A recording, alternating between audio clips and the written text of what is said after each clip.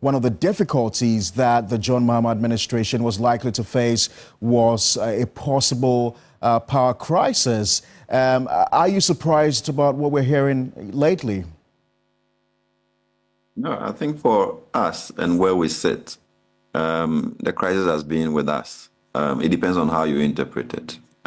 For a country that sacrifices virtually all it has for the power sector, that for me is a crisis enough. The amount of money that we splash and waste on the energy sector or the power sector is so unwarranted, and it could have gone a long way to promote equality of opportunities for our people, but we end up sacrificing it for the power sector. So we at all times know that we are headed in the wrong direction, and therefore we needed, a shift from the practice where, we created a lot of inefficiencies, debt, and then the state pays for it.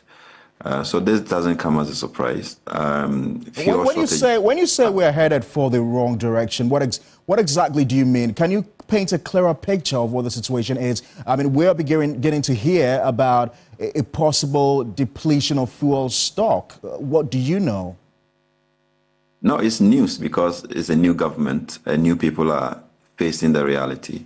But fuel shortages have never been a story. It's recurrent. Even when Ghana Gas had to shut down, we didn't have enough fuel to be able to generate the required power whilst we had power plants sitting idle. So it's a situation we've lived with.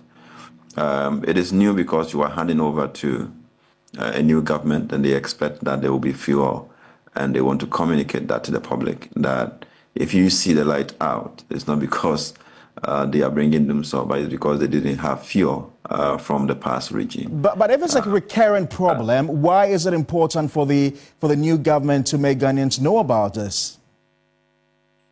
Because of the politics around how we communicate themselves and how we communicate deficits in generation.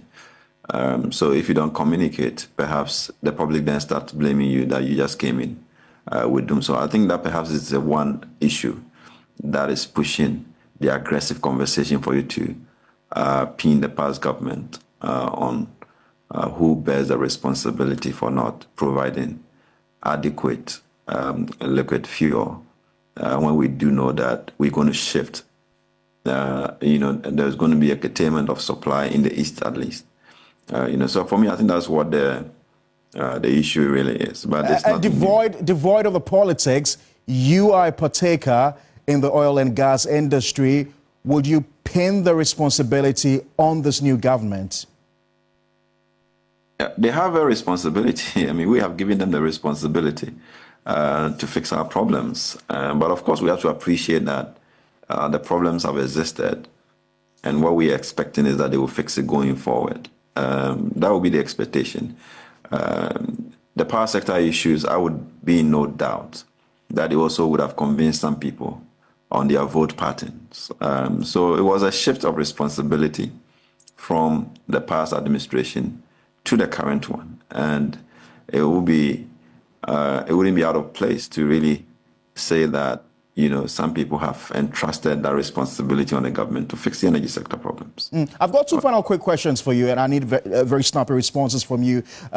First of all, do you anticipate a return to the doomsday situation?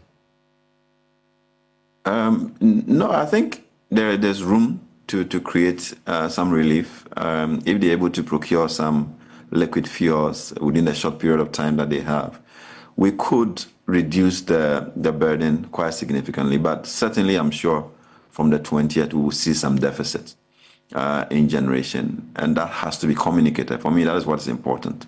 Let's communicate any deficit that would occasion for the people to plan their lives with it. In between the time that the pigging process will start to the end, I'm sure they would have resolved the fuel challenges and brought in LCOs to be able to use in some of the power plants that require LCO.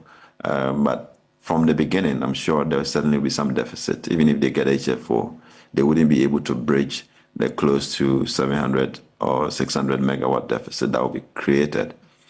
So there will be some load shedding around 300 megawatts of power. So that has to be planned and communicated to consumers so that they can plan their lives. Right. Okay. Thank you very much, Ben.